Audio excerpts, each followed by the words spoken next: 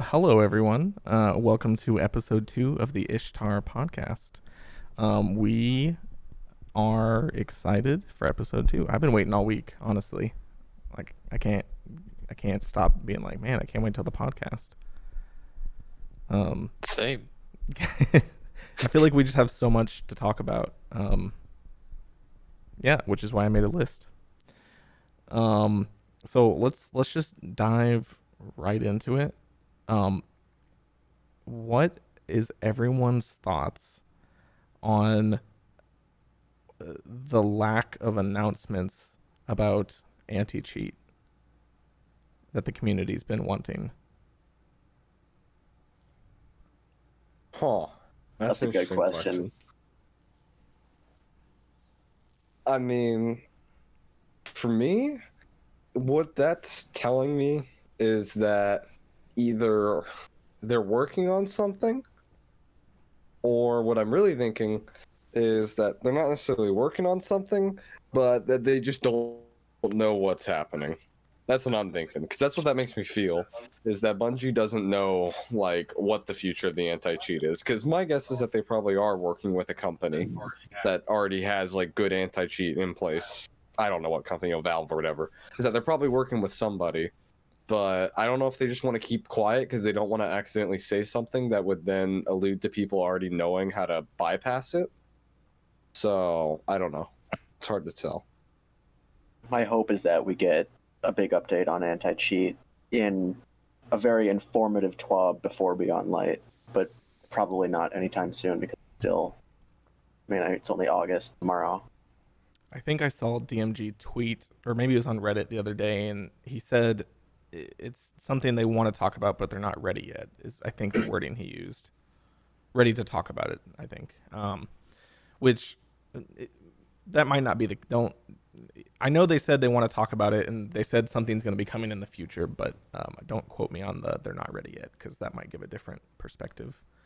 I don't know. I think it was definitely, in my opinion, a major oversight to not launch on Steam with heavier anti-cheat, because Steam is, free to play plus Steam. That makes it, God, easy to cheat almost.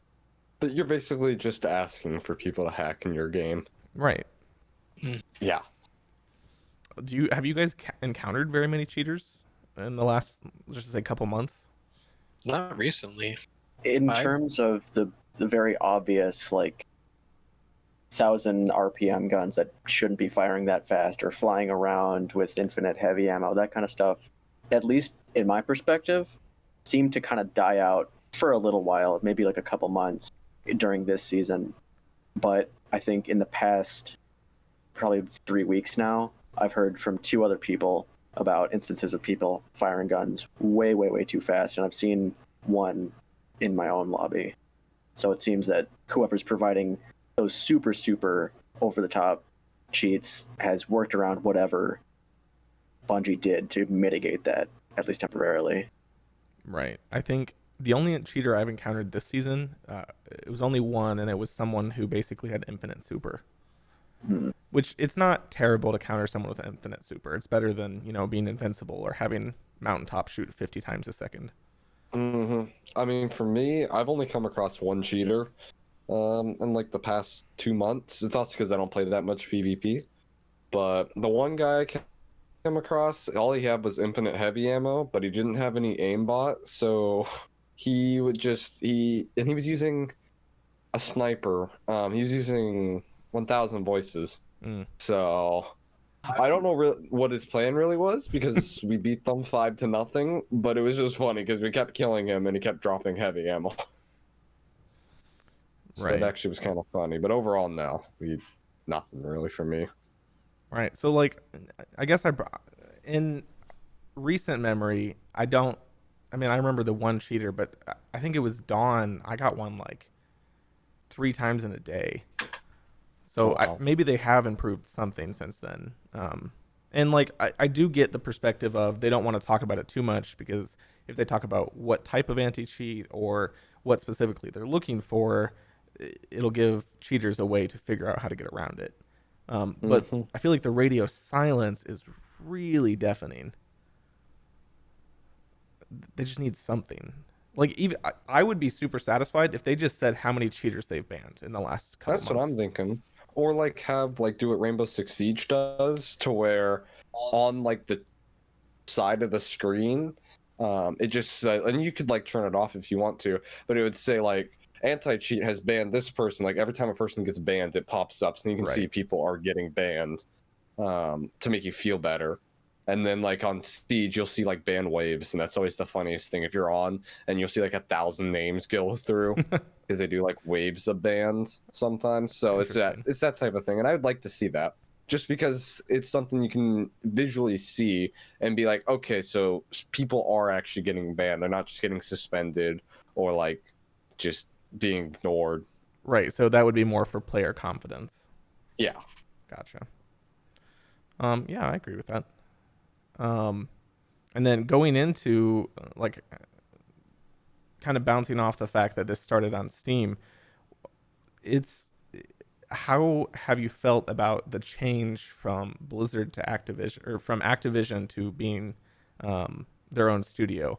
And I ask this because at the time before it happened, when they announced it, everyone was like, wow, this is the future. Everything will be completely better. No more microtransactions, blah, blah, blah. Like that's what you'd see everywhere. And these days, all I see is, wow, things were actually better under Activision. At least on Twitter, that's what I see. So what do you guys feel about the transition? Like, do you think it was actually a good thing overall, or? I think it's definitely a much better situation overall, even if the short-term pain of that is inevitably just less content. Like if they don't have the big Activision money to hire out Vicarious Visions, Right. and make them incredible season after season with new activities every single time. But I do think Activision would be looking for either a Destiny 3, which would absolutely kill Destiny 2, or no sequel at all. Right. Yeah, I mean, I think it's just one of those situations that it's going to get worse, that it was going to inevitably be worse before it gets better. Mm-hmm. And I think a lot of it was just the fact that we were used to one thing, and then now Bungie's probably changing it a little bit.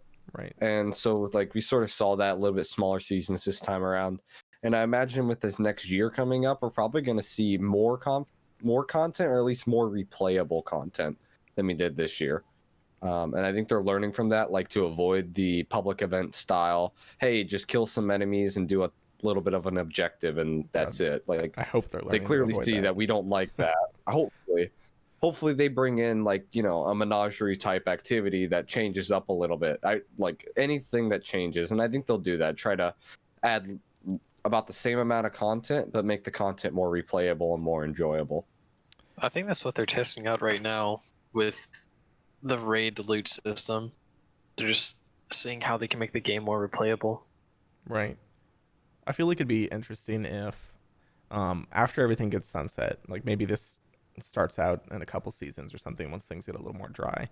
It'd be cool if every week a new raid came back with increased loot drops, and it was just one raid weekly, and it would just rotate out. Just like that would keep people interested. Like, man, 2 weeks from now we know it's going to be Scourge. I'm definitely going to be on for that.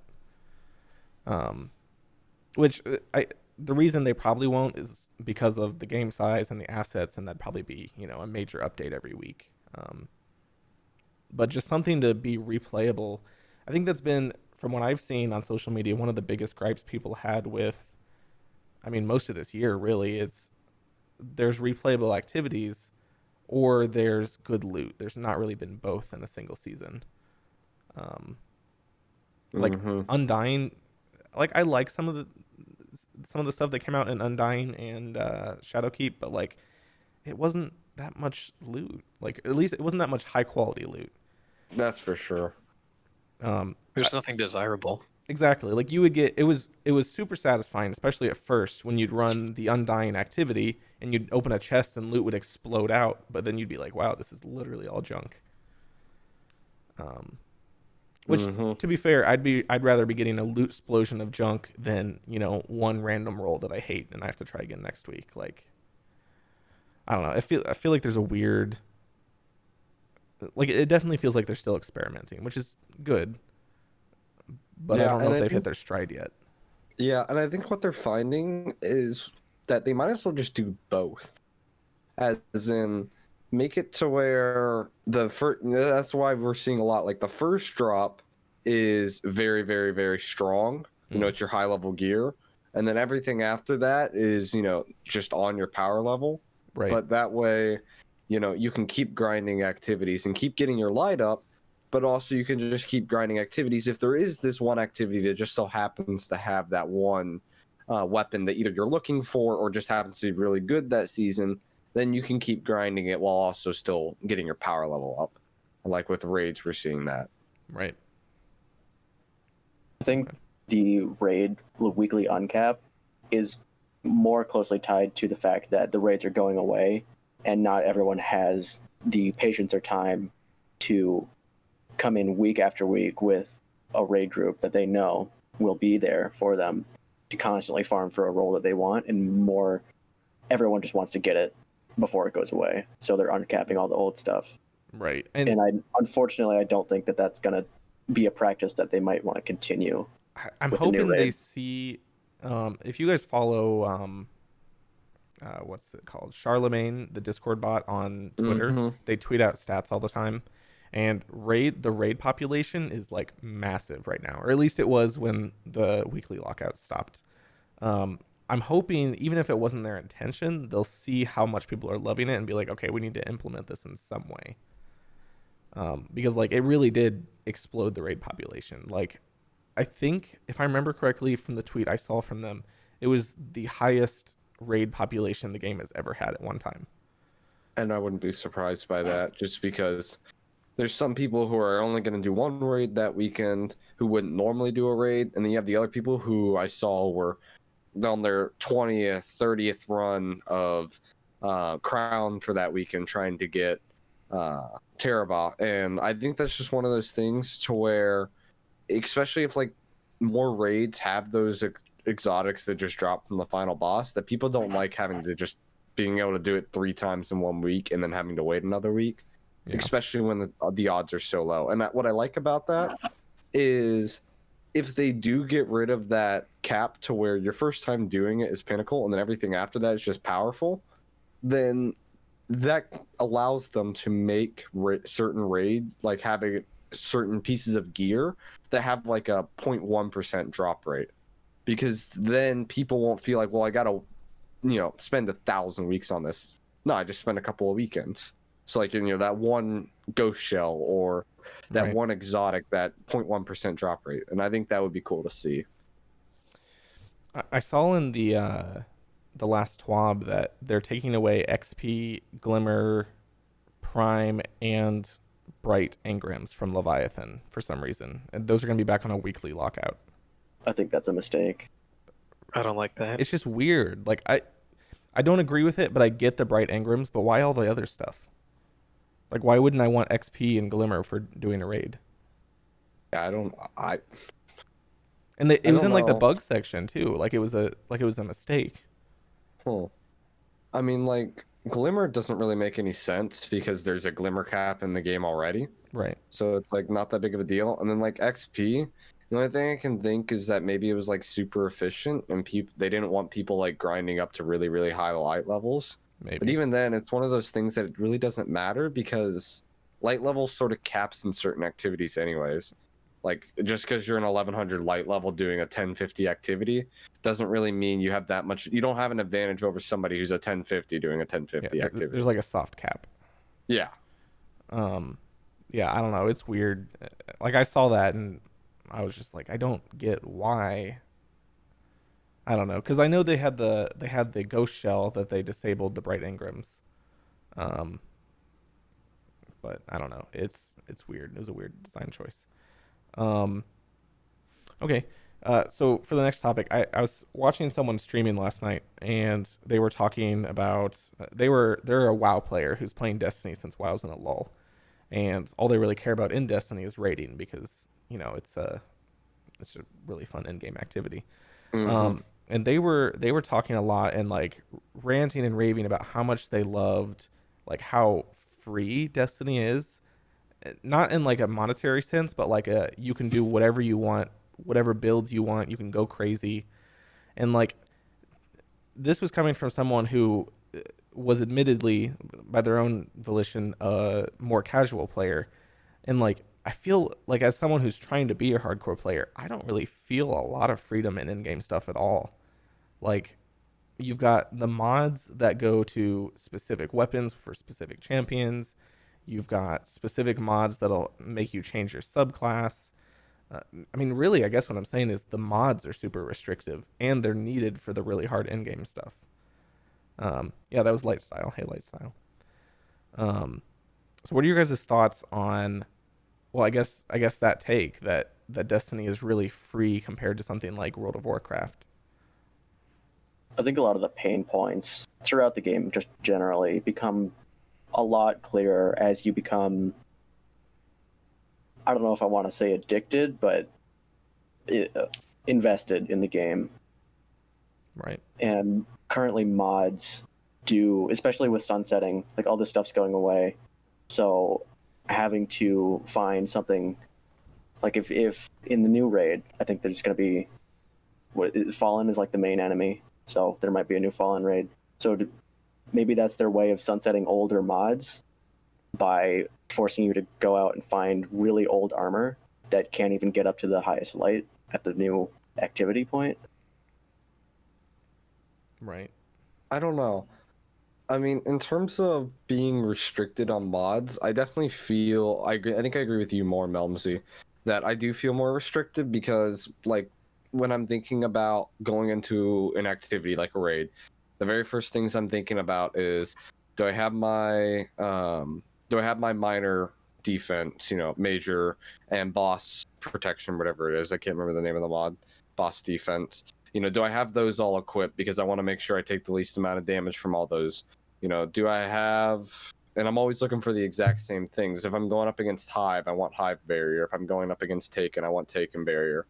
And I think it's one of those things that the addition of the Warmind cells and the Charged with Light has made it a lot easier to be able to branch out a little bit because they are in different slots, so they allow you to run both. But I still feel pretty enclosed. But I think they're doing a good job at opening that up right now. But I think there are certain mods that I would actually like to see sunset along with everything else, simply just because I feel like they force you into a certain play style. And going along with that, I wish that they would make the different like attributes more effective, like having 100 having 100 mobility. I wish it had way more effect than it actually did, or having 100 resilience have more effect than it actually did, simply because that would make your mods feel so much more meaningful. Versus what I hear every time, like going into Crucible, everybody's always like, oh, you just need maximum regen, maximum health regen, and maybe max speed if you're on a hunter so you can get your dodge back. That's it. And everybody's like, nothing else matters. It's gotten to the point where on all three of my characters, if I get anything that's high in mobility, I instantly scrap it because it's taken away from other ones. Mm-hmm. Yeah, I didn't even think about that. I mean, mobility, like, am I missing something? Does it do anything really? On hunters, it recharges your dodge ability. So a lot of times people will recommend to run high mobility on a hunter. That's why you see so many hunters with high mobility, because then you can keep getting your dodge back and constantly have that up like every 10 seconds. Gotcha. It affects your base movement speed, so without sprinting, so it's mostly strafing and your non-ability jump height, which in PvE, both of those things, in my opinion, really have no effect. Yeah, no, not at all. Mm-hmm. Yeah. So I would like to see more, like I would like to see more customization in that, making like your armor mean a lot more. For example, like in Crucible, if you're running max resilience, unless you're running like 10 resilience, you really almost see no difference than anybody else. Like the only real difference you see is if you're running max resilience at 10, then 150 hand cannons are a 4-shot to the head, I think it is, versus a 3. Yeah. But they're a 4-shot instead of a 3, so it makes like a little bit of a difference, but like still not that much. Right. So I So guess it's that kinda- that kind of ties in with the same problem that we talked about last week, having with like Mountaintop Recluse Anarchy just being like the go-to Mhm. class. Like everyone's, I guess if you think about it, you'll probably look at people in the tower, and unless they're like new players figuring things out, everyone's going to be running very similar weapons, or at the very least, very similar archetypes. Yeah. Yeah. Like if nothing else, I would love if they just changed so that things like I know this is a very general thing to say, but I wish things were more balanced together. So that like right now, if you use a scout in trials, I'm gonna judge you because it's not that great. Um, but like it would be great to not be like this guy's using a scout. Don't worry about him. Like, and not even just in PvP, PvE too. Like if I see someone using something other than Mountaintop Recluse Anarchy when I'm trying to, speed run the dungeon, I'm like, oh god, this guy. Like, um, to a certain extent, more with randoms and other activities, but um, it's just I wish there was more. I wish because everyone wants to min max, and obviously people who are going to min max are going to be using stuff like Mountaintop Recluse Anarchy. But I wish there was more things to that level, which I know they're kind of addressing with sunsetting, but who knows what we're going to get next season. There might still just be one meta. It might just be Falling Guillotine all season again. I don't know. That's my one big complaint with variety is it's not we're not able to use other things. It just doesn't always make sense to use other things. Yeah. I think Armor 2.0 and Shadowkeep returned a lot of missing kind of agency to the player in terms of even if in a meta where everyone wants to run Mountaintop Recluse Anarchy just all year long, every single year, and have and obviously this would be for PvP, but have 100 recovery, it made it a lot more attainable to the average player, so you didn't have to just get incredibly lucky RNG drops all the time. You were able to customize and tweak and kind of make your build your own, and now with that extra utility that all the players have, we need a little bit more flexibility with what we can actually do, Right. instead of being limited to the most powerful build this season is only in the artifact and it's going away. You're never going to see that mod again. Like Season of Worthy, it was Tyrant Surge, where all your arc abilities would spawn Warmind cells. If you wanted to run a Warmind cell build that really heavily leaned into that, you were at a major disadvantage by not running a subclass that maybe you don't want to run. Yeah. And I feel like that's kind of the same with Oppressive Darkness. Like, I remember Exactly. this season, people were like, "Oh, thank God, Oppressive Darkness is there." And it's like, I don't know. Yeah. So what do you think would be like an actual solution to this?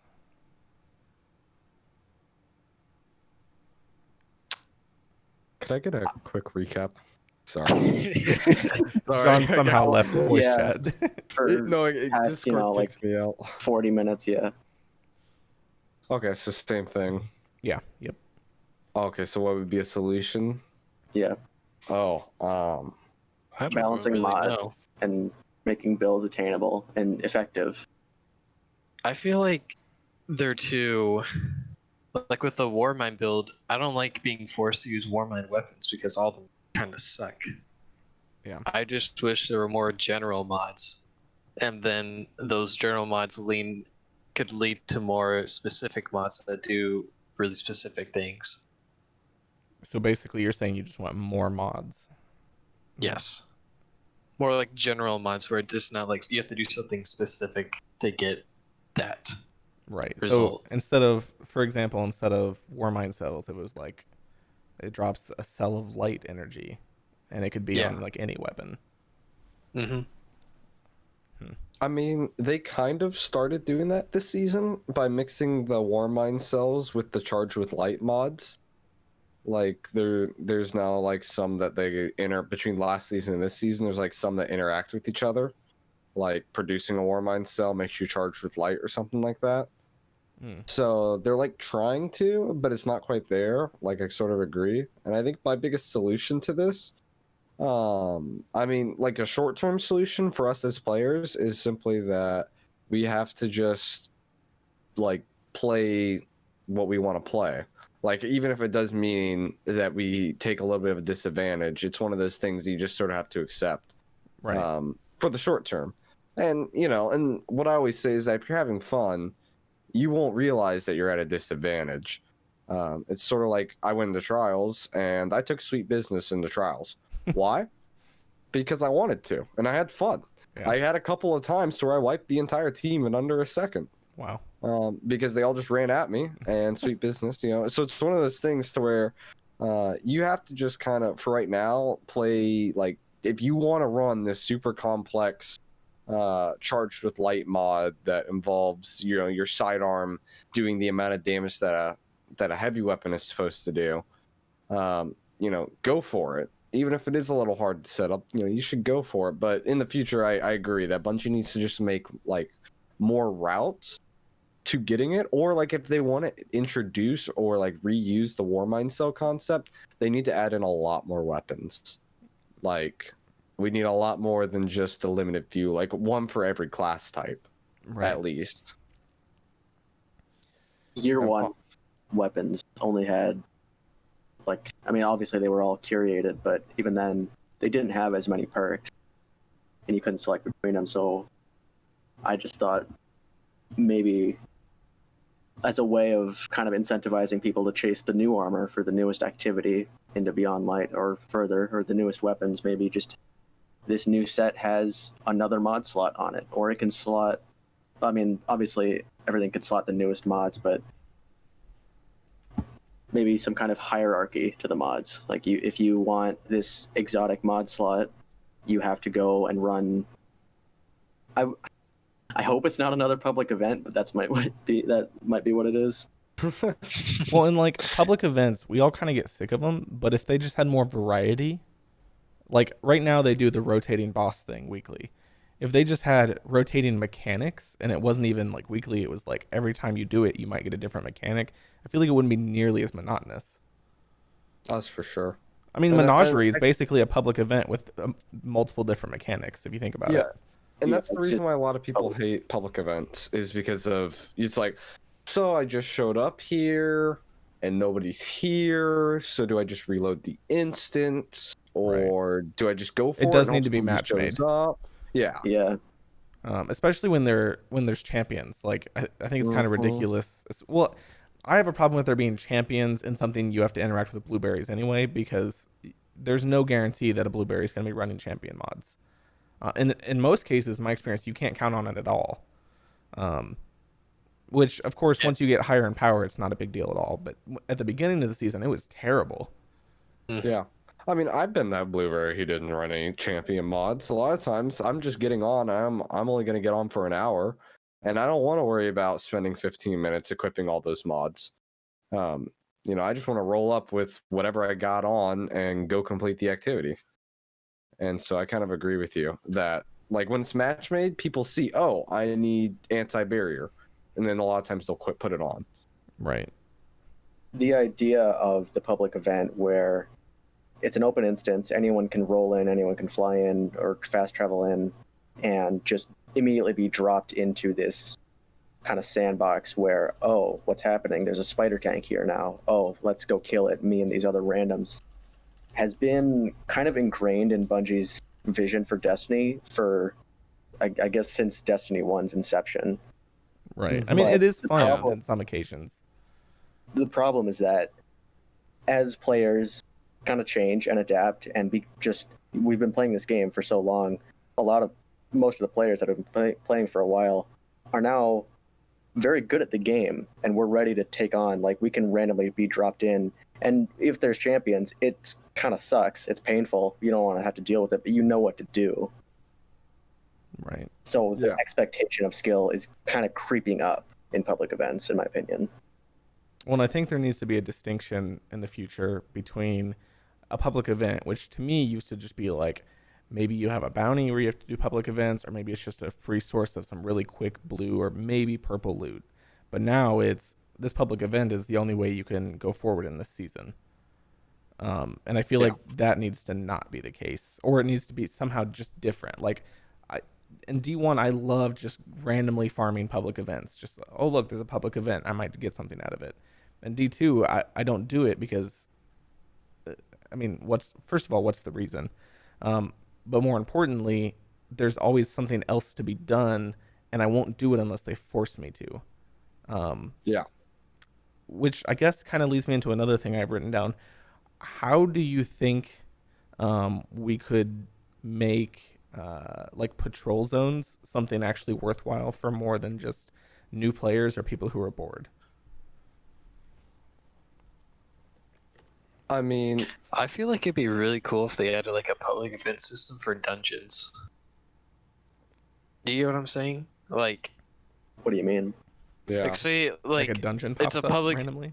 yeah, like you see a public event going on, and then after the public event, like the boss or something, you get him to like one shot, and he starts retreating into like a cave or something. You have to chase after Right. him. It becomes a dungeon. Aren't you just describing Whisper of the Worm? Kind of, yeah. Doesn't he It's literally totally- retreat to a cave and everything? Yeah, the only problem with it is like Blueberry, like just random fire teams already kind of struggle with sometimes these public events that have like really, really easy mechanics, like kill the dude, grab the ball, dunk it into the machine. And then if you start like trying to see if just a bunch of randoms coming together can complete a dungeon type, then that's like a whole nother level. And you'd have to and if you really wanted to do it, I mean, something like Pit would be more of a guideline, because at least in Pit, you have like, you can do things on your own most of the time. But even then, it's just one of those things that's so hard to coordinate, and then you have to deal with wiping and things like that. Well, like, I mean, it could be approached in the manner of, so let's pretend Pit is the random public event dungeon we're talking about.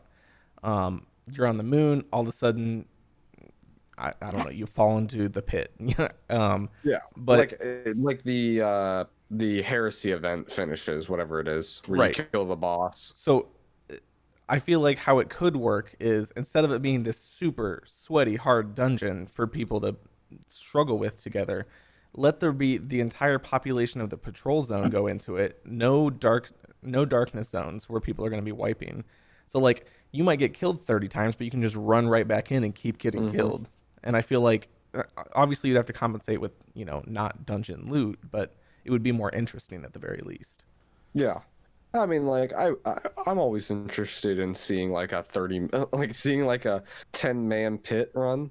That would be funny. Yes, it would. I mean, it's sort of like when there was the one glitch, you could have 9-player fire teams in raids, and you had the raids with 9 people. I always thought that was funny. Yeah. And I was always of the opinion of, I wonder why don't they ever like make it to where you could do like a 9-person raid that is normally done with 6 people, but you get less loot, or like you get less valuable loot. Right. So like that way, for those who struggle doing a 6-man raid, they can do a 9-man raid, and they won't get as good a loot, but at least they'll get the experience they need Well, that'd in be a order great to time understand. too. Yeah, and it'd be so much fun. I mean, like I'm thinking like Garden of Salvation having 9 people. You can, I mean, that's enough for 2 people per platform. You wouldn't even have to have runners. The part where you shoot the eyes, there's like 6 people sitting around it waiting. That's what I'm saying. That'd be pretty And you'd fun. melt everything, but it'd be fun. Yeah. Even with like 7 people, it'd be a great way to be able to carry your friend without having to sacrifice like another spot. Right. I like that idea. I do too. But I I don't know if they miss- would ever do that. I miss difficulty settings from God, like D1. I do too. You know, They Yeah, have those like on the raids. I heroic can't remember. versions.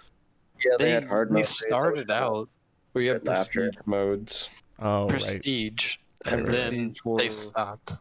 Yeah, and prestige scaled to your light level once you after a certain point, and prestige had harder mechanics.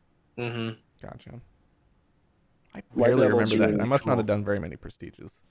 There was only Leviathan and then Spire. It stopped after Spire, right? Or did it First keep 3 going? No, it's just the first 3 Leviathan raids. After that, they sort of like, oh, you want more challenge?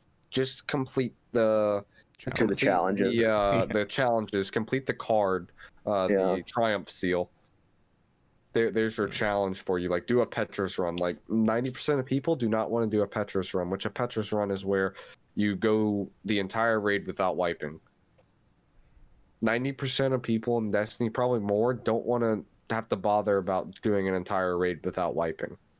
I mean, like, Jaeger knows I die all the time for the stupidest reasons. Like, that would be hell for me. we were in just strikes the other day, and I would just die out of nowhere. Like, but like, I really died want 13 times. Okay, we don't need to talk about the exact numbers. It was just Zol. This is such a short strike, too. I was trying to use my sword on him. Note really for anyone interesting. trying to do this: you cannot It doesn't damage him with a work. sword, and he just instantly kills you. Yeah, I So- figured that one out, too. It was fun. Figured that one out the hard way. All right. Yeah, don't touch Zol. He's got, No. like, poisonous skin. Don't touch Zol. I don't know why he just didn't, like, lay on top of the entire platform and just wipe us. Yep, just body block us, trying to leave that tube. So I'm saying, like, just why didn't he jump in the tube and chase us back? Oh, that'd make for a He could just badass fit his encounter, whole body actually. in the That's what I'm tube. saying. Like a strike that you don't actually win. Well, and we were saying that a strike that you don't actually win actually sounds really fun. Yeah. But we were saying Zol would actually make a really cool dungeon or raid. Yeah, he would have. Yeah. But they ruined that on a strike. It's Make him a disappointing that strike a boss. literal hive god wasn't used for a raid. Yeah, I know. Which I never liked that about Warmind. Instead, we got a story about some random Red Legion dude who decided wanted to go attack Callus on his Leviathan. Yeah. Okay. Even if Well, it was to be fair, I do strike, find that one interesting. More Oh, it's a mechanical. cool raid. I like but, that. But that could have I been a would've much- strike. I would have much rather it have been Zol attacking Rasputin and having to save Rasputin as an entire raid. I not a honestly, strike. I'm really sad that Titan's getting Sunset itself, because I always thought fighting that Leviathan would be a really cool raid. Like fighting the underwater creature. Yep. Yeah. I think it's called a Leviathan in the lore. Is it? Um, That's a little confusing. Now we got two things called a Leviathan. yeah, I don't know. I get that they can't, pump out a new raid every couple weeks, but like I do wish some of these bigger baddies were raids and not strikes. And I think that's sort of like the difference between D1 and D2. In D1, it felt like every single raid we were going up against somebody that was like the biggest baddie on the block at the moment. A Right. literal god. Like, I mean, literally, yeah. King's Fall, we literally fought one of the three like founding Hive members. Well, I mean, all the raids, they were basically to save the universe. Like, Uh-huh. Yeah. Crota, we fought the son of the guy who practically started the Hive. And I mean, even Vault of Glass, we're saving time from collapsing on itself, essentially. yep. I really like Fault of Glass. So it's just Me one of too. those things.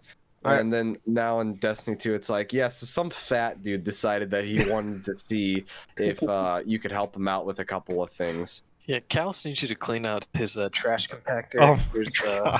Vex God stuck in it. Yeah. Just go You take care of guys- that really quick. I seriously thought you were shitting me when you ran me through that and you said that was the plot of it. I was like, no, that's ridiculous. It literally tells his troops to stop. He's like, wait, we can use these guys. Yeah. Listen, I got this thing stuck in the basement. Can you just clean it out? We became the Pepto-Bismol for the Leviathan because the Leviathan's literally eating Nessus and then accidentally picked this up while eating Nessus. Oh my God. It's just one of those things. How do you guys think the Leviathan's going to leave this upcoming season? Oh, I got no idea. We're gonna shoot it down with Rasputin. It's gonna crash into Earth. Wait a minute. That doesn't make any sense. That'd be really cool, though. They already If did that with anything- the Almighty. I think what's gonna happen is that Callus is gonna get attacked by the pyramid ships. He's just gonna dip. Isn't he And like a so- super pyramid ship fanboy though? He kind of is. Like, Callus is kind of, from what I get, he's kind of hard to understand because he never really declares his full motives. Mm. But we know that we're on his, like, shadow council. That was the whole point of becoming a shadow, was Right. because you were becoming, like, on his, like, council. And so, like, I have a feeling that the pyramid ships are going to attack him because they're going to view him as a threat to taking... Because I think the pyramid ships want us as guardians. So I think they're going to view him as a threat, and therefore they're going to try to attack him, and then he's just kind of going to dip. Or he could Because go I don't attack think they're that. going to kill off Callus. Isn't he still? I can't remember the name, but isn't there still some big bad Cabal person that still hates Callus? I don't know. I There remember might briefly be. hearing lore about someone, and a big theory was that Callus was going to go fight whoever his enemy that is still alive is. I don't know. I don't care about the Cabal. They're my least favorite race by far. We've I had don't so much care about Cabal Callus. content in Destiny 2. It's time Mhm. for it to end. I want some Vex content. I want some Scorn We missed the content. Vex. There's only one Fallen Strike in the game. I know. I want some Fallen. Yeah, I want I to take it hear back. more about Screw stuff. everything. I want Fallen. I love the do. Fallen. I want Well, more Jimmy, Mithrax. Mm-hmm. I want like I want a raid where we're fighting with the Fallen, and like the Fallen aren't just there at the beginning and wave hello to you, and then there at the end to wave hello to you. Like actually like fighting alongside them, or like arming their tanks to shoot at something. Well, and like that was kind of cool for Forsaken's campaign. Like Mhm. just for a brief second, we had some AI allies. Yeah, and I don't know why Bungie doesn't do more of that. Right. I liked in the what was the public event last season? I can't even remember. Seraph Towers. Yeah, the Seraph Towers. I liked how they're like towards the end it would spawn in the AI, the Yeah. little war mine robots that you could escort. I didn't I play see enough that. for That that. was really Kind cool. of a stepping stone into exploring the idea of having AI combatants fight with us. Mm-hmm.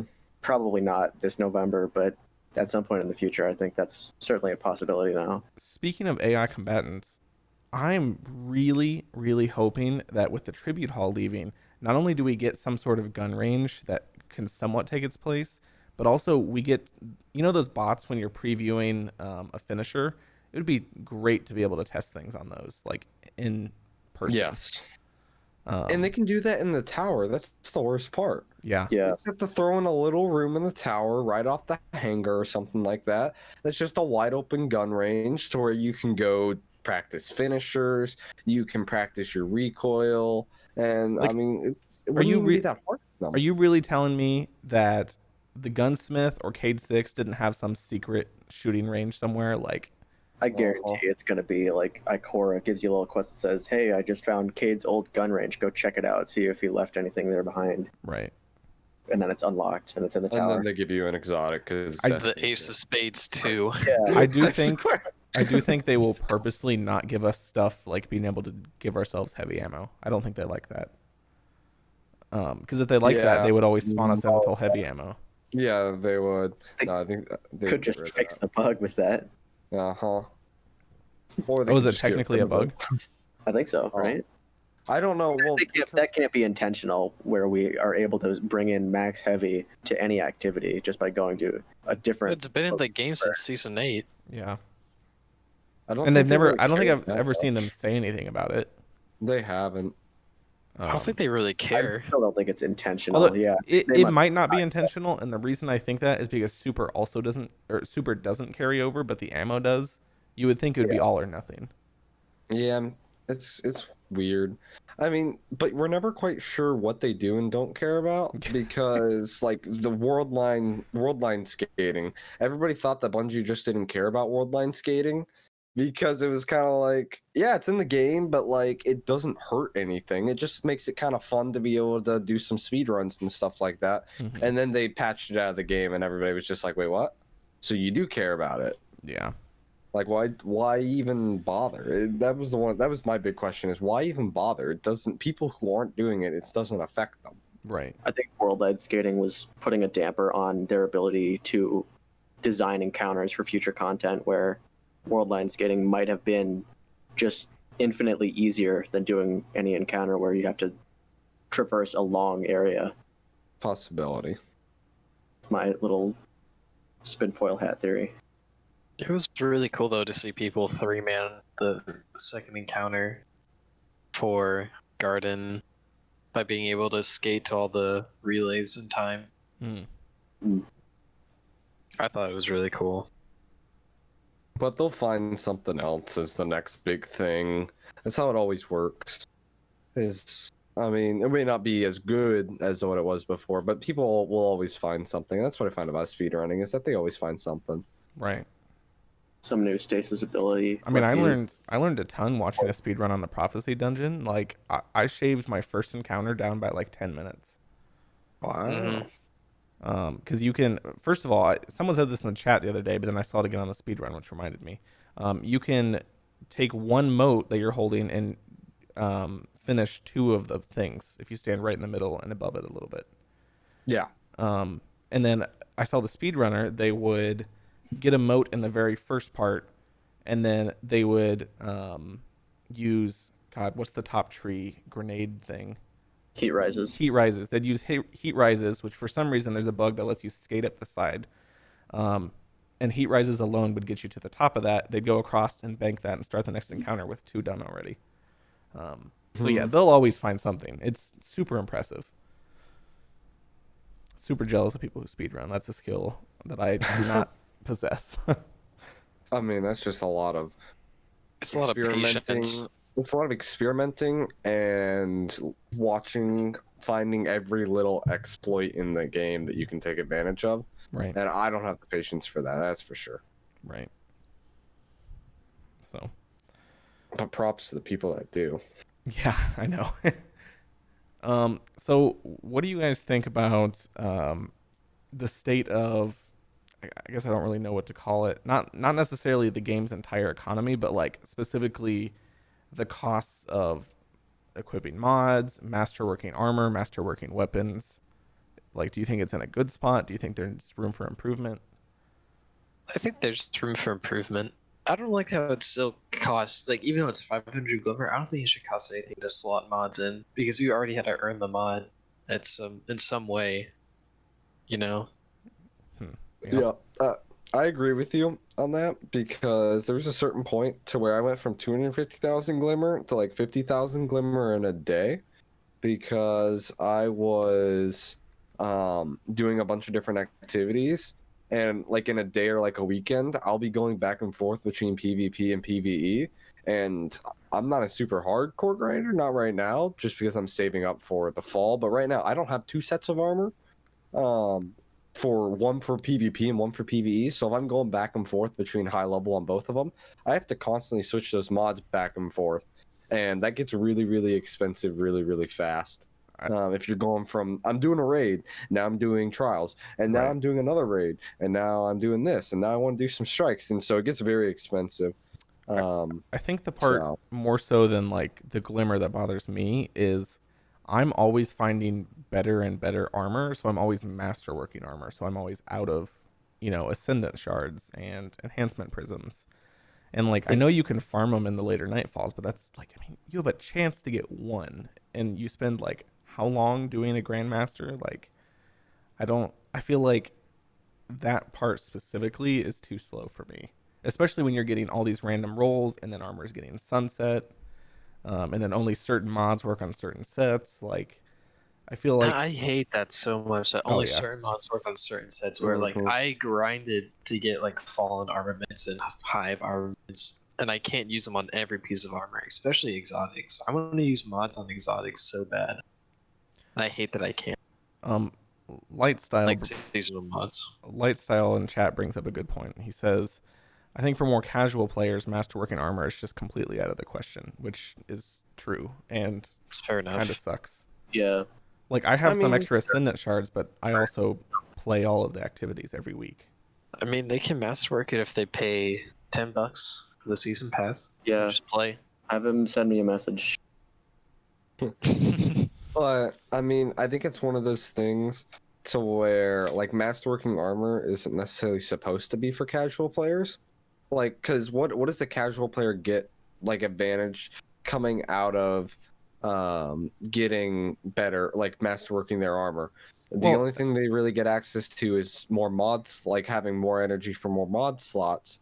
But the thing is that chances are, if you aren't doing the activities like Nightfall to get the pieces of gear you need to masterwork, or like the materials you need to masterwork, then you don't really need to masterwork in the first place, because you don't really need to use those mods. But I see both sides of the argument. I think that also speaks to the fact that, so let's say you're a casual player, you can't really afford to, even get past like 7 energy levels on all your armor, and that's even further restricting your playstyle, because Oppressive Darkness itself is 6 energy slots, and so if you're not able to use all 10, it's hard to use like really cool builds. So you're restricted to the basic stuff, like minor resist, major resist, boss resist. Yeah. And that's why I go back to kind of what I was talking about last week, just a little bit, in the fact that I didn't quite get into this, but I think we need an Armor 3.0, where with an Armor 3.0 to where the only mods on your armor have to deal with the stats on your armor, and instead your mods and your abilities and everything like that is all your mods, all your abilities, all of that is just abilities, and it's its own separate thing that you develop that's separate from your armor and separate from your weapons.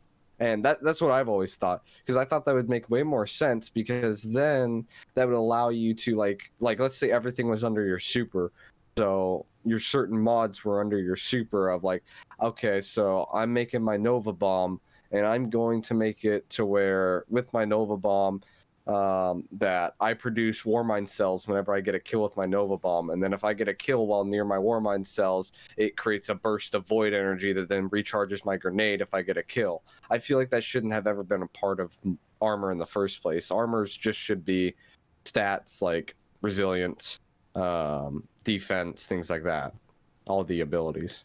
But I agree with the general basis of what you said, but I think, if anything, a lot of the mods would make sense to be mods on weapons themselves. So enhanced grenade launcher reloader, like that should be on my mountaintop. Oh, I agree with you too on that. Yeah.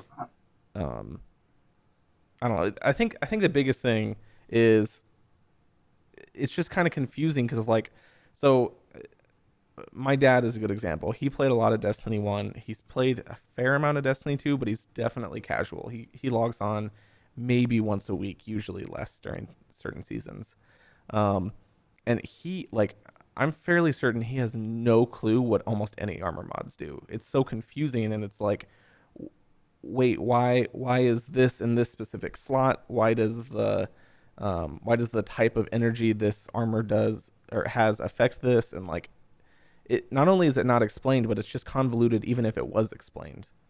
Yeah, I'm really surprised the game does not teach you this at all. This would be a good thing for the intro. Yeah. Coming back to what the WoW player said earlier about Destiny feeling so freeing from a casual, albeit a casual raider's perspective, the game can feel really kind of open-ended and kind of do whatever you want up until you have to start hitting that kind of learning curve where it starts to demand, okay, if you want better gear and you want to run Nightfalls or whatever the most efficiently, you're going to need these mods, you're going to need this armor, you're going to need this gear, and there's no matchmaking for any of it. So you have to go start researching, like Google all this stuff first and find yourself a fire team to explain it all to you. And I mean, stuff with mods, I still Google to this day. One of the things that is not in the game anywhere is diminishing returns, right, on mods, and I don't know why that's not in the game, because still to this day, I would say 90% of the player base does not understand 100% how the diminishing returns work, because I don't. It's I see, and I'm still trying to figure it out, but I believe the way that it works is, so if you have high barrier and taken barrier and you go up against a taken knight, technically he's a Taken character and a Hive character. I didn't know that till a few weeks ago. And so if you run both of them, each of them are supposed to give you a 20% damage reduction. But because of diminishing returns, when they're together, they only give a 36% damage reduction. And it's like, why And that this math is isn't confusing. explained at all. Yeah, and it gets confusing because it's like the first one counts as 20, but since you have the second one, it subtracts like 20% from it, therefore only making it 16. And it's just confusing, and they don't talk about it, and I don't know why. Like, we just need one of the developers, the person who develops a lot of this, to just start making the ease of access systems saying, hey, this is the stuff that you need to know, like that explains everything. I feel like the fact that there's people like Dado out there has allowed them to get really lazy with explaining things. Oh, for sure. Poor Dado. Poor Dado. And yeah, that's the problem though. I mean, I don't know if I've even never seen Dado make a video about diminishing returns. I mean, no, probably not. Dado feels more like general player-based knowledge, not hyper-specific in-game knowledge. Which, to be fair, I did watch one of his videos the other day about like how to solo flawless the dungeon without any of the meta stuff, which is kind of refreshing. But it's not only is it not explained, but like even if, like I was saying, even if it is explained, it's confusing. Like I feel like a lot of, I mean, when you get into a game like Destiny and there's so much min-max potential, obviously there's going to be things that are confusing, but like some of the systems are just so overly complicated, I feel like. And like you were saying, a lot of it would be less complicated if just simply it wasn't armor mods and it was some other form of upgrade. Like, yeah.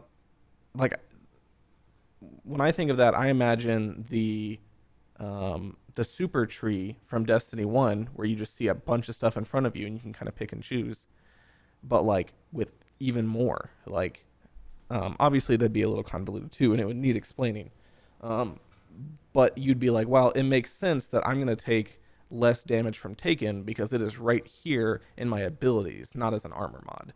Yeah, exactly. So I don't know. And that allows you to, like, let's say you do have an ability that says you take less damage from Taken. You could have a follow-up ability to that of when you take less damage from Taken, it recharges or when you take damage from Taken, any damage reduction you take recharges your grenade. Something like that. You have those mods that cool. But I think the easiest way for them to fix this is we simply just need the storyline to be, for at least new players, or at least the new light experience, just to be more of a guiding factor that takes you step by step. So like after completing a mission, it drops a certain piece every single time. Like it drops an armor piece. And then when it gives you the armor piece, it has like some already mods that like universal mods will say that everybody gets. And then it says, hey, this is a chest piece. This chest piece has mods on it. The first mod slot only has these types of mods. And you can equip these mods for a certain cost. And just guiding a person through step by step and make it one of those to where, like, if you just are like, I don't care, I just want to play the game, you just skip right past all of it. But if you do care and you do want to learn about all that, you can just sit there and watch it, or sit there and like participate, make it like it teaches you how to equip mods, why you should equip mods. But they don't do that. It's just kind of like, yeah, here's the game, have fun. You'll figure it all out, or you won't. We don't really care at this point. Right. And I Shadow developer insight, Luke Smith talked about one of the big reasons for the switch to the new light experience was so that new players who have just been recommended Destiny and they want to jump in and try it with their friends, they don't have to go through a bunch of campaign missions first. Mm-hmm. But in that, it kind of works against itself in the way that, yeah, you can, like, it's just that one little story mission, and then you're kind of just dumped into this world, and you can actually do anything. You can hop into a raid right away if you really want to, or you can do Gambit a bunch of times, but it's not going to give you anything because you don't understand why to do what activities. the most progress for You know, different things. this would Can't be do it. really simple to solve. Just if at the end of the New Light mission they said, "Would you like to learn more?" Yes. And then It's just either you get dropped in because you don't want to learn more, or they go through and have a much more in-depth way to learn. Yeah. And I think that would be a really good stepping stone. And the reason why is simply just because there are going to be some people out there who did get the game recommended by a friend, and the friend happens to be one of those people who wants to carry them through everything and teach them about everything. And because that's how it is sometimes. That's how I've picked up Destiny 1. It wasn't because I just decided to get the game one day because I thought it looked kind of cool. It was because I had a friend who wanted to teach me everything about the game, and that's how I learned everything about the game. And so for those people, they're not the ones suffering. It's the people who, were looking on Steam through free-to-play games or whatever, or happened to pop up on their homepage, and it said, try Destiny 2, it's free. And they're like, oh, okay. And then they, they roll into a strike, and they're like, I have no idea what's going on here.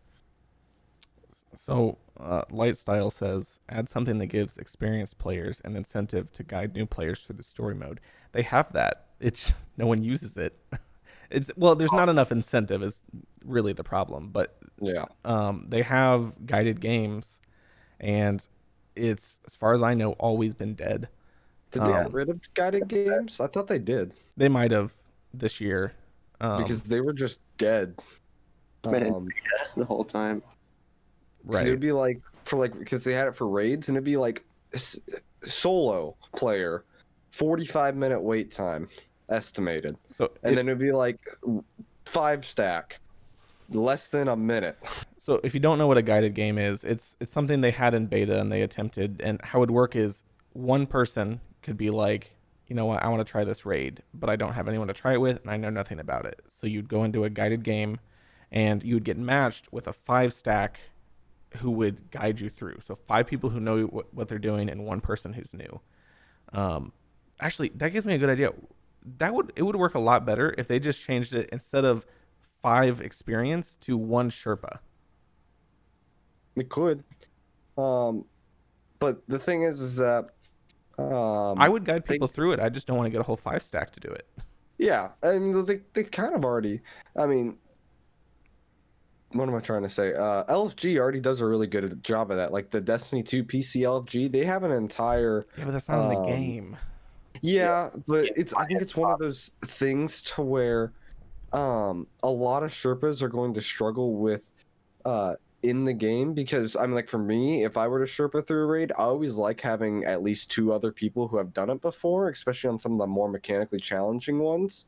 Simply just because I don't like those 6-hour raids, because it gives people the like if it's their first raid, they always expect a 6-hour raid, and they may not like that. Well, what they should do then is not force 1 Sherpa. Be like, this Sherpa can bring in 3 people if they want, and then we'll match with 3 other people who have never done it before. Yeah. I feel like raids don't fit really well with guided games. I think dungeons would, because they're not nearly as mechanically challenging. And I think that that the nightfalls fit really well with guided games. Like the lower end nightfalls fit really well, because that allows somebody to actually learn it. But I feel like with the raids, it's just so much harder to do it in game. Well, maybe the dungeons, but what's to learn in Nightfalls, really? It's just you need the right mods and weapons. Mm-hmm. I don't know. What if they did like a thing for raids where it's like a tutorial version of the raid? Like you go into like the Infinite Forest or something, and it teaches you the mechanics of the raid. So you have a Sherpa and then the 5-stack of blueberries that all learn together, and then they can actually go into the raid and practice. You know what I mean? Like the Infinite Forest will build the raid, and then he can Sherpa and then teach mechanics, and they'll like go through it, and then they can actually go into the raid. It'd be cool if it was almost like a private match, and you could like go into the menu and say, "We're gonna learn this part." Yeah, that would be cool. That would be really cool, and like give no loot, just teach them. Mm-hmm. Or even give like minor loot, like give blues. Right, just like something you'd find out in the open world, or something that they can take to the practice range and say like, okay, I actually want to go get that. Right. That would be. Yeah, and see that would be an interesting way to sort of bridge the gap because I feel like I feel like raid should be one of those things that yeah, we need to bring new people in, but not everybody is going to be able to complete a raid. It's just one of those things to where either they Well- don't have the time or they don't necessarily know the right people. Time and is I don't definitely a like that. factor. Yeah, time is a huge factor. And like, especially like some raids with new people could take like 2 hours. 2-3 hours, which is okay for me, the person who, outside of working my job, I can dedicate 4 or 5 hours, 6 hours in a day to play the game. But then you have other people who, they have a family and everything. They might only have 30 minutes. And that's the people who aren't going to be doing the raid. I mean, not even half the player population does raids. So, Which, like, this kind of gets into a different topic, but I do think those who actually have the time, like, yes, it's if you have to work 2 jobs and you can only play Destiny an hour a week, no, it's not your fault you can't have all the great stuff in the game, but you shouldn't be able to have all the great stuff in the game and do all the in-game stuff. Which is kind of what I want to transition to next is where is the value for, because I feel like right now they're trying to reach out more to casual players as far as loot goes, especially with stuff like the Prismatic Recaster. But then that leaves the hardcore people doing nothing really. Like, I mean, you see it all the time with streamers who play, 8 hours a day. They get all the good stuff in like 3 weeks. yeah, And crazy. At a certain point, and I can't name a certain like exact time frame because I can't remember right now, but at a certain point, I remember people being like, well, it's not fair that this streamer plays 8 hours a day so he can get the best guns. But to me, that I feel like that only makes sense. That is fair. That is Yeah, fair. like That's if how you the can't game put in the should time, be. of course you shouldn't be able to get the best stuff. Like, no, I don't think you feel should like- have to play 8 hours a day to be able to get the best stuff, but it shouldn't be easy to get for people who are super casual either. It shouldn't be vanilla Destiny 2, Right. You should have where to this is prepare was good tried. I mean, I feel like this sort of falls into the equity versus equality argument of the fact that we could have equality where everybody is equal, but that's not necessarily fair, and that it really should be more on an equity sense of that if you put in 5 hours worth of dedicated time to the game to where you were doing raids and you were doing nightfalls, you should get more than that person who put in 1 hour of just Crucible. Like you shouldn't, Oh, or it makes even- me livid that I don't know if this is still the case, but in the beginning when Shadowkeep launched, it was that you could go in, win a couple comp matches, and get super high level gear compared to Oh, it's still grinding the out. case. It's still the case. Yep. Makes me livid. The best way to grind up your powerful gear at the beginning of seasons right now is still comp. Comp. That's what I always do because comp is match made. Comp, every time you win, you get gear, and then every time you level up, you get powerful gear, and you level up really quickly at the beginning of a season, like every game. It's actually insane how fast you can go up from playing comp at the beginning of the season. I mean, I'll be honest, I abused that at the beginning of Shadowkeep, getting ready for Garden of Salvation. But like, Absolutely. it's just dumb because you don't even have to be a good player to win. You have to be an average player, and then you'll win. 50% of your games or whatever. And if you're a good player, you'll just steamroll through and you'll instantly be a high level. Right. I don't know. Even That, if you're that an bothers average, me a lot. might not even be your preferred source of acquiring gear to level up. Like, not everyone wants to go into PvE or PvP, I mean, and I guess vice versa. Right, that's true. You don't even need to be average because of skill-based matchmaking. Yeah, it's skill based. Mhm. That's what I'm saying. Is that, Right. and so you'll win 50% of your matches, almost guaranteed. So, it's yeah. I'm seeing more and more Unbrokens with less than 0.8 KD. I Exactly. mean, I have a 0.9 KD and I'm going to be unbroken before long. Like, I shouldn't get Yeah. unbroken. Let's be honest. I don't know. It's not the same as it used to be. Yeah, anime tells me all the time how much harder it used to be in comp. Oh yeah, it used to be way harder. Plus in comp there wasn't the like single matchmaking. So what would happen is Right. you would queue up solo and you would get queued with 2 other solo people and you go up against a 3 stack. And it was just like, That's when I well, did a we're lot of not my winning this grinding. one. That was not So, fun. Mm-hmm. But in a way, it was fun because it was a challenge. Like, I don't know. I enjoy the solo queue, and I do it every once in a while. But I do recognize that makes it a lot easier to do certain things now.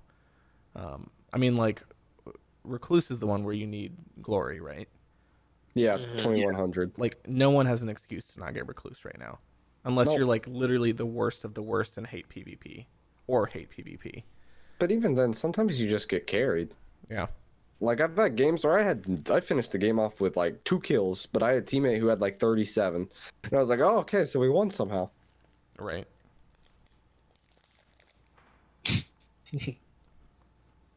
I mean, that's like me every trials trials earlier. match with you guys, so. Only if I was involved, I'd make you feel a lot better. Can we talk about Wish and like? Can we just talk about Crucible next episode? I'm still livid from those trials matches earlier. That was retarded. Well, we've got like 45 minutes. We could just talk about Crucible the rest of the time. Okay. If you really what need to do we vent. want to start with? Mountaintop? Oh no. Well, I don't think you really need to address Mountaintop that much because I think we all have the same opinion there. Yeah, we all have the same opinion, and come November, Mountaintop's gone from the game anyways. Like, Yeah. as being used in high-level PvP, and along with Recluse and a lot of other weapons. So, the only thing I'm really going to say, because I'm going to be a little bit quieter on this part, because I don't play that much Crucible, the only thing I'm going to say is, as long as Bungie doesn't bring back Mountaintop 2.0, we're fine. I feel like they will. They're gonna do something.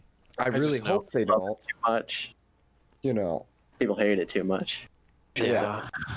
my big thing with Crucible is instead of it being like, it feels like every season there's 1 or 2 types of weapons that are meta and then everything else is trash. Like this season it's 600 RPM auto rifles, and if you're not using a 600 RPM auto rifle, why are you playing Crucible? Right. And I feel like they need to figure out a way to maybe make it 5 or 6 things are like really viable per season instead. Like, I know it's not realistic to say I want everything to be viable, Right. simply just because that can be difficult. But at least I want it to be to where there's 5 or 6 things that are pretty viable, you know, versus it just being, yeah, if you're not using a 600 RPM auto rifle, have fun.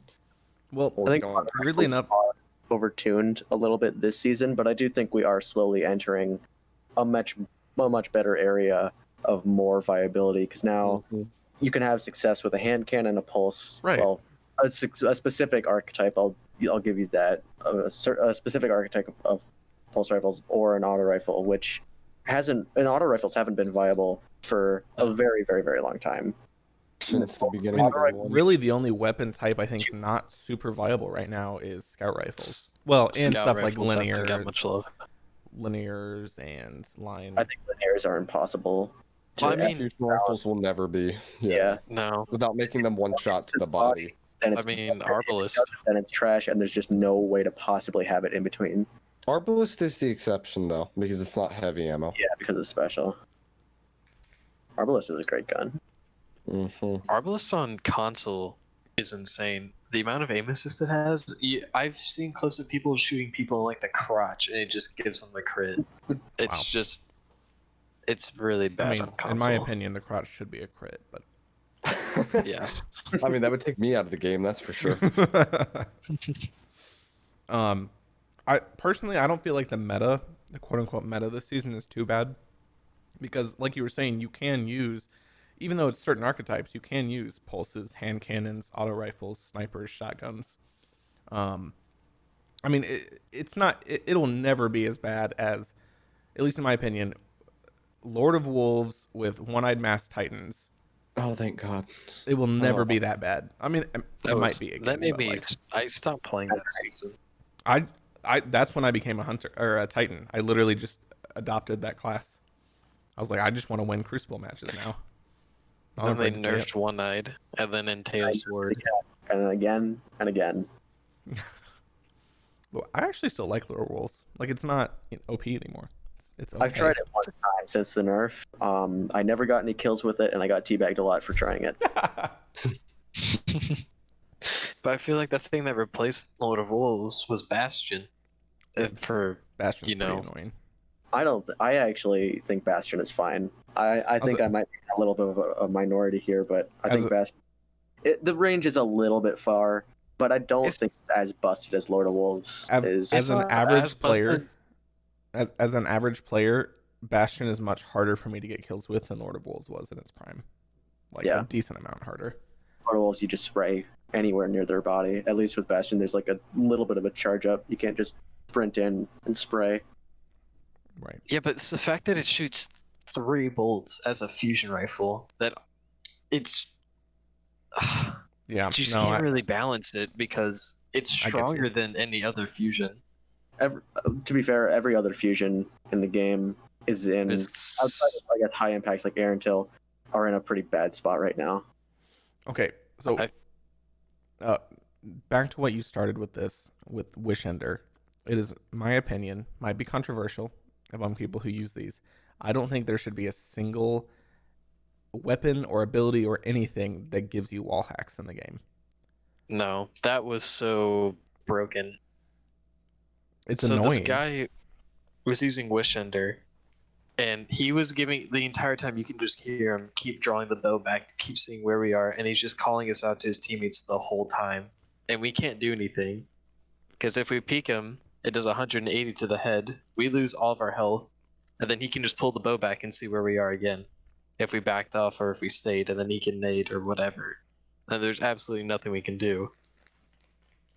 Yep. I don't think that should be something. I mean, because it's.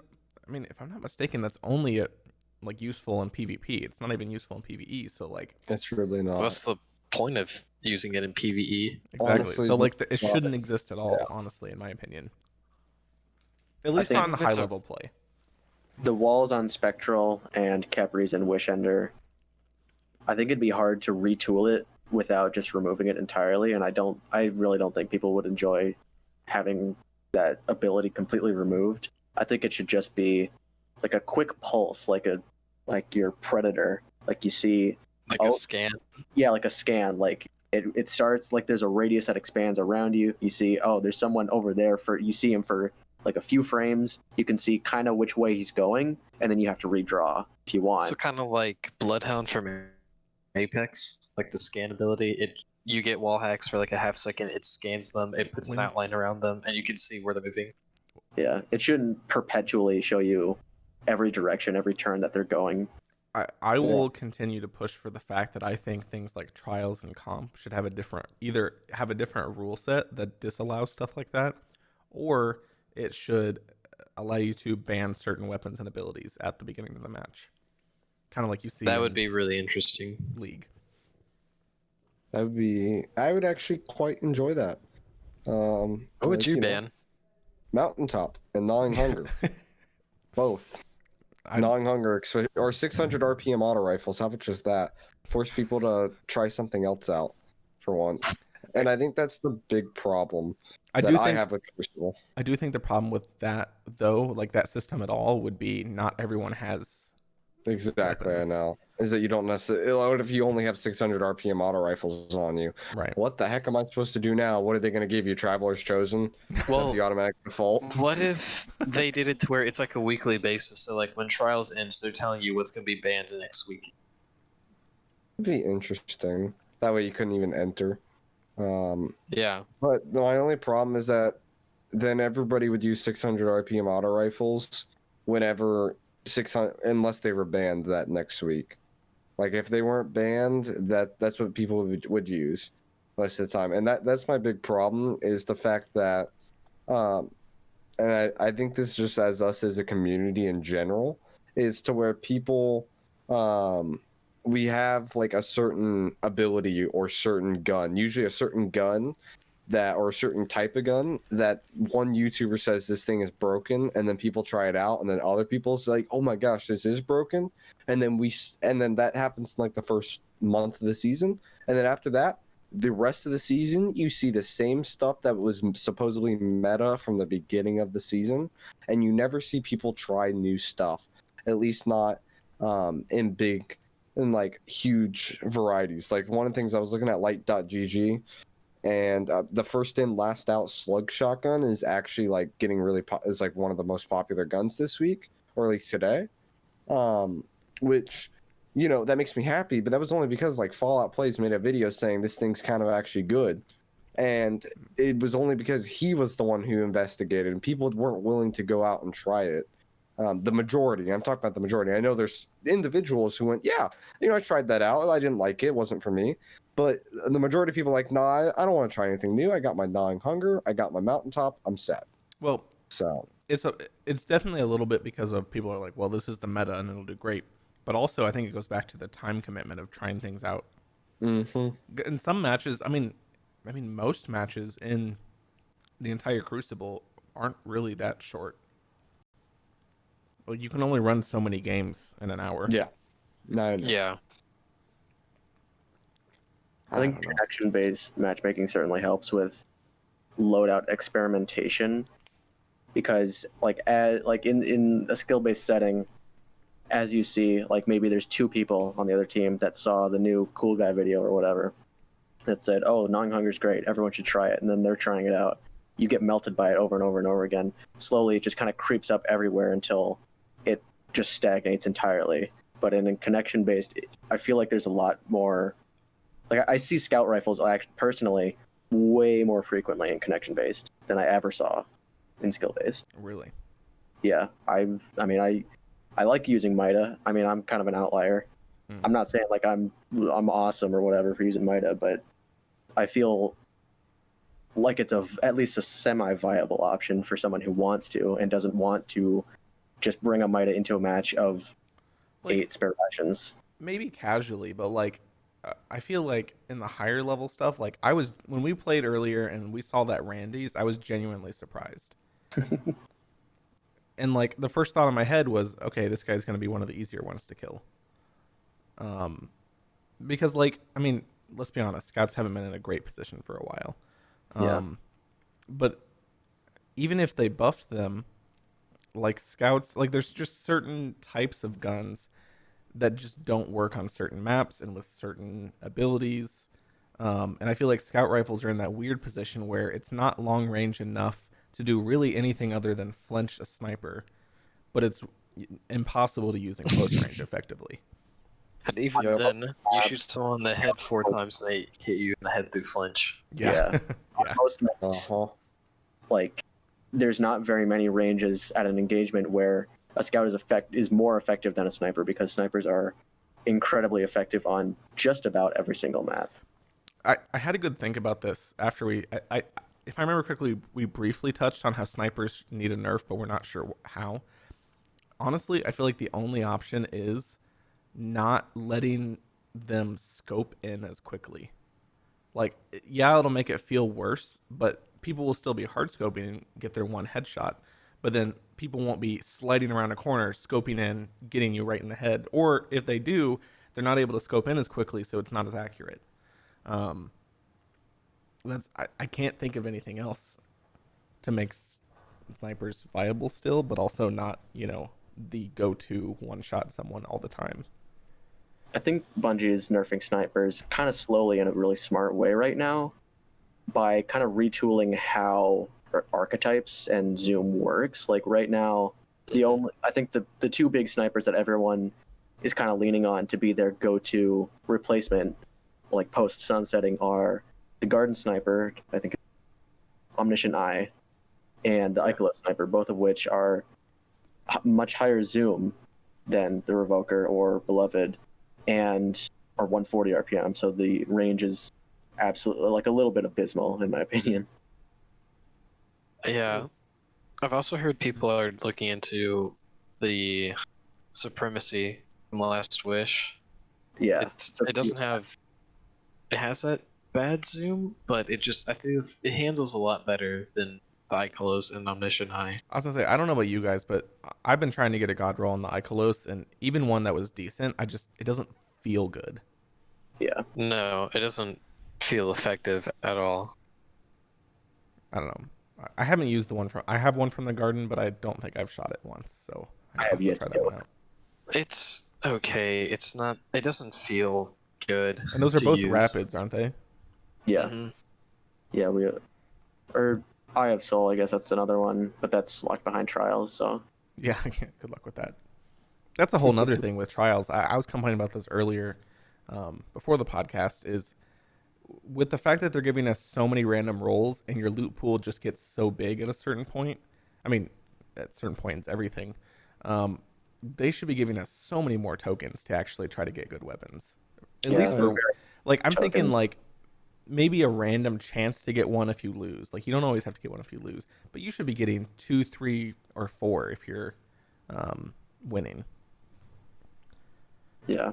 I You have to mean- play first. But I you mean, what's stopping someone from like just resetting their card so they can just get 3 easy ones and then just reset? But we do that already. that's what we did. Yeah, we that's what did that. people We were did that doing. on stream a little bit ago. We just got to 3, didn't But, want to like- deal with a match made, so we reset. I feel like that's a big problem about trials. Right. Well, you got to remember though, the trials weapons, they're not like pinnacle weapons. They're just good. And you still have to fight against the random rolls in the big loot pool. Like, I wanted another summoner tonight, and I got like 6 engrams total, and not one of them was summoner. Half of them were the rocket launcher, the other half was scout rifle, and they were all trash rolls. And I don't even like those 2 weapons in the first place. So it really felt bad to spend 5 hours grinding and not get a single thing I actually liked. And That's fair So- enough. That I mean, that's just a mixture of being unlucky and Well, just luck's a little like, bit the of it. game. Yeah, luck should be like a little bit of it, but I agree with you that I mean, like, why can't I just buy the weapon with random rolls? Like buy the like whatever the weekly weapons are. Why, like, for at least 3 wins? Why can't I buy that weapon instead? Like with my trials tokens. That'd be nice. Instead, like let's say that it takes 10 trials tokens to open up an engram, or I could spend 30 on the weapon. And And maybe also- maybe the only things that you could buy that week are the things you can get from the wins, and if you've unlocked Yeah, that's what I'm them. saying. Yeah. So like And like, the auto As a rifle today, I could just grind out that same auto rifle. yeah, and you could just keep grinding to the like, let's say like it was 30 tokens for your first buy, and then like 10 tokens after that, or something like that. Or you could make it to where like it's like 30, 60, 90 or something like that. Because, I mean, if you wait long enough and you're patient enough, eventually the sniper will be at the 3 win weeks if that's what you're going for. Right. Like the whatever weapon you're looking for will be in the 3 win slot. So I don't know. I mean, it's one of those things that there's really no incentive to try to go beyond 3 wins nowadays in trials. No, This there's is pretty not. much Big problem. Yeah, and see that's the huge problem. Well, and you And get that's why I think and you get the people who are doing what we were doing, which is resetting at 3, except they're, the super sweaty, never lose a game people. And it just makes everyone else's Mhm. experience feel terrible. And I think that's why a lot of people are seeing, like you guys were talking about earlier, that as soon as you hit 4 wins, or as soon as you hit 3 wins, it was like a light switch, or like just a switch of you went from having pretty good games to having just getting absolutely dominated. The fact that, because the only people left after 3 wins are the people who are there just to get their 7 wins and to go to the lighthouse, get their loot, and then redo it again for their 1,000th time that weekend. Right. I mean, I feel like maybe that could be fixed if the lighthouse actually had better loot. Adept weapons. Adept Yeah. weapons. That would, because that if you made adept weapons in the game, it would incentivize more people to grind that far, and if more people grinded that far, that would make your matches later on not as difficult, because inevitably if you add more people in, you're going to get some of the lower end skilled players, and sometimes you get unlucky, but it's Right, one of and, those like, things. I know I would never get an adept weapon because I'm never going to go flawless without someone hard carrying me. But I would feel better about all these good players getting adept weapons if that meant I wasn't facing them literally match after match on wins 1 through 3. So Yeah. I don't know. It's trials. I feel like for as much as they hyped it up by taking it away and saying we're making it better, it didn't really hit the spot for a lot of people, it seems. No, it did not. even It- trying to adapt the perspective of like a hardcore PvP player that goes flawless like every single card. Like they have their set trials team that's just the best of the best. Like if you just like say you get really lucky and you have a great summon roll and you have a great sniper, what's really the point of going to the lighthouse every single week other Yeah. than for flawless title?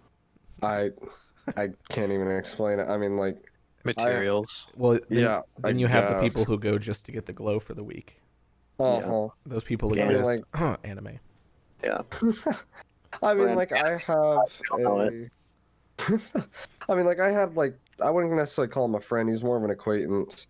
But on like the second week the trials was out, he went flawless like 27 times, and he couldn't even bother to help me out to go flawless once that weekend. So it's one of those things to where it's like, because I think he did it with the same group like for 20 of the 27 times. So I don't know. Trials and me have never gotten along. We'll just put it that way. I really enjoy PvP, and like I'm never gonna pretend I'm gonna be a great player. And this, I feel like this also kind of ties into what we were saying about the more time you spend in it, the better stuff you should get. I know I'm never gonna get something like an adept weapon, but it's still currently miserable for someone like me who goes through all the suck in trials and still doesn't really come out with anything. Mm-hmm. Like, I don't think their goal is or should be to only have sweaties in trials, but like that's the point it's getting to very quickly. Yeah. After There's 3 no wins. real competitive game mode. Comp isn't really competitive. There's nothing to really show skill.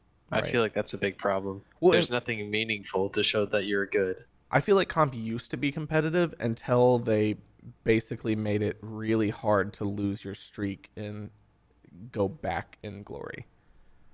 Yeah. Like it's so easy to just get I feel like there should be a legend. new rank system.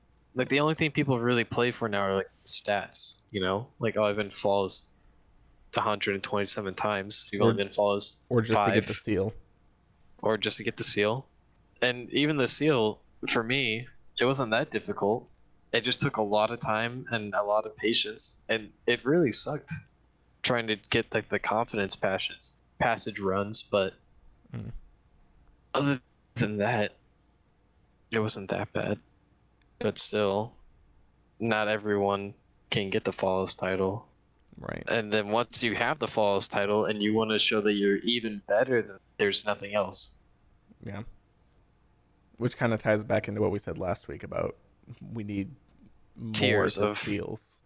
Yeah. Or something. Yeah. Or just more better rewards like a sparrow or a ghost or I have noticed, at least in my opinion, this year we've gotten a lot more stuff from triumphs, like ghosts and emblems and Mhm. sparrows. I do wish there was more or they were more interesting, but we have gotten more than in the past, I think. Things are getting better. But like, there stuff like that is in the game, but it's in Eververse. Like, would it be so cool if you went flawless and then you have a chance of getting the Ace of Spade Trials ornament from the chest? Yes. That'd be amazing. The issue with that is like, while we all hate microtransactions, right now it's really the only big sustainable thing for them. Which I mean, I don't mind that, but I feel like take the stuff out that should be in the in-game content. Like the sparrow that looks like it belongs in the dungeon, the pit dungeon. It looks like it should be from killing the boss. well, I mean, they already started that this season, though. Yeah.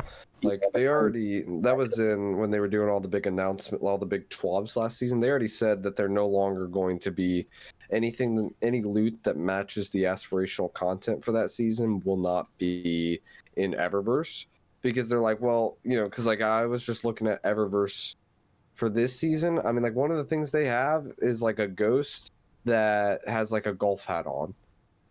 Yeah, And no, it's like, this I season's got no problem Eververse with has that actually being- been kind of lame Yeah. though as well. So I wonder Yeah. how much. I wonder if they're gonna go back on that if their sales start slumping a lot. I don't know. I don't. I hope they won't. I think they'll just. I'm like inspire them to make stuff even cooler. Or just than more like what they have now. But like I'm looking at like the solstice stuff. There's like you can have your ghost with a cowboy hat on. I would spend money for that. I spend $30 on that easy. I want my ghost to have a cowboy hat on. Heck, if they made an armor piece to where I got to actually see my guardian's face, and instead of having a helmet, I had a cowboy hat on. God. I would spend money on that. I was just thinking about the other day. Imagine if you had a helmet that literally had a see-through visor. That's what I'm saying. Like, they can make Eververse interesting and have stuff like cowboy hats or have a sombrero on your ghost. Actually, that might already be in the game. You I know, don't know. I've been in this spot lately where I've been like, man, I really wish that they would make enough money, or they they already do, just allocate their money to hire more studios to make more content. But I'm starting to realize I don't want more content as far as dungeons because I'm already overwhelmed every week trying to get everything done. I think they should just hire a shit ton of artists so that there's strike specific cosmetics, there's raid specific cosmetics, like everything, and still cool stuff in the Eververse. And I feel like that would solve a ton of issues. Like, for instance, the strike specific cosmetics, I'd run Festering Core all goddamn day if there was a cool thing at the end that you had a chance at getting. Like, there's plenty to do in the game. We need a much better reason to do it, and cosmetics are great for that. Yeah, I agree. Because it can't be the game. It's only like right now, this week though, I've only played 1 hour of Destiny this week, if even. And I know it's not the same for a lot of people right now, but for me, I have no like inspiration to play the game right now because I feel like there's nothing that I'm grinding for except for just more light level, which I don't need. Well, I mean, I feel you. The only reason I'm able to grind as hard as I am right now is because I've missed so many things from past seasons that it's going to take me until November to catch up. Yeah, and like for me, I'm not in that same boat, and instead I'm actually just waiting for November because I want it to be like I stroll up to November, like I'm gonna be playing just enough to get my title, and then I'm gonna stroll up to November, and I'm gonna walk in and be like, wow, fresh new content, like we're gonna have some fun now, new raid and everything. And I think that's just what I'm gonna be doing. And I think that's fair, and I do think, September, October is a great time for a lot of people, especially hardcore players who are getting burnt out, to play all these new games that are coming out this fall. Like that I know this isn't Destiny, so sorry anyone who's listening, but that game, I almost didn't play Destiny on stream today because that game that looks like Honey I Shrunk the Kids popped up on Steam for me, and that looked really fun. Whatever one it was showing in the Xbox One, it looks like almost like a Subnautica type game, but you're shrunk. Anyway, point being, like it's probably going to get to the point for me too where by September, October, I'm going to be doing whatever events are happening, but that's it. Like, yeah, that's where I'm at. I'm just trying to get the triumphs that are going to be going away. That's all that I want. I just want to have those before they go. I think what discourages me from those right now, a lot of them are time gated, and it would take me doing something specifically every week until November to get some of them. Exactly. Well, you see, that's why I've been doing I've been doing multiple. So like when I do all the challenges I can for Scourge, and then I can just move on to the garden challenges, or I can move on to the crown challenges or whatever. Gotcha. Like I just keep it rotating for stuff that I'm working on. Gotcha. Okay, well, listen, I had a fun time tonight. We should probably start wrapping this up. So next week's going to be a little weird. I am going to be visiting family. That said, I'm not going to cancel the podcast. It just won't be live, but I'll still record it and upload it. Which will be a little weird, but I'll be on a laptop using headphones to chat and on hotel Wi-Fi. So, juicy audio. So if it works for you guys still, same time next week. However, it just won't be live on Twitch.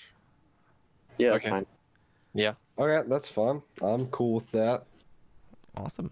All right. Well, thank you everyone for hanging out with us and listening to our rants and raves about Destiny 2, the good and the bad. And I will have this uploaded to Spotify and YouTube probably in the next day. And yeah, thanks everyone for coming by. Adios, everybody. See ya. See ya.